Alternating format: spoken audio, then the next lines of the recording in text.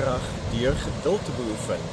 In 'n wêreld waarin dit dikwels vir ons lyk in ons land of onreg en korrupsie meerendeels wen, is dit moeilik om nie totaal gefrustreerd en self depressief oor die toekoms te voel nie.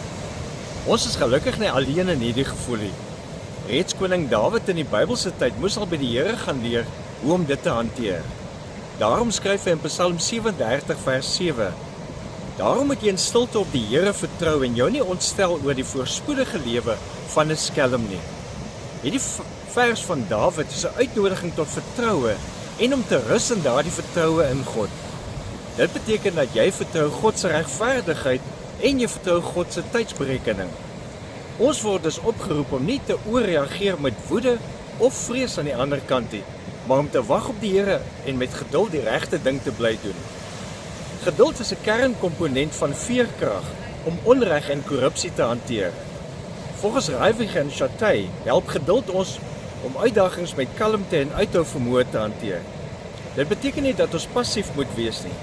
Dit beteken wel dat ons aktief kies om nie toe te gee aan paniek aan die een kant of vergelyking aan die ander kant nie.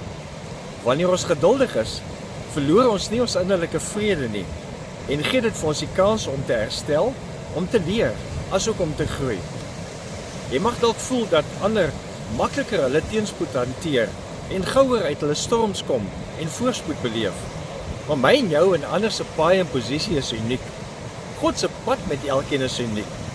Wat wel by ons almal dieselfde is dat God ook in die prentjie is. En dis in hierdie betroubare God waarin ons glo en waarmee ons die geduld kry of by wie ons die geduld kry om die nodige veerkrag te hê om te kan kalm bly. So ontwikkel veerkrag deur geduld. Leef geïnspireerd.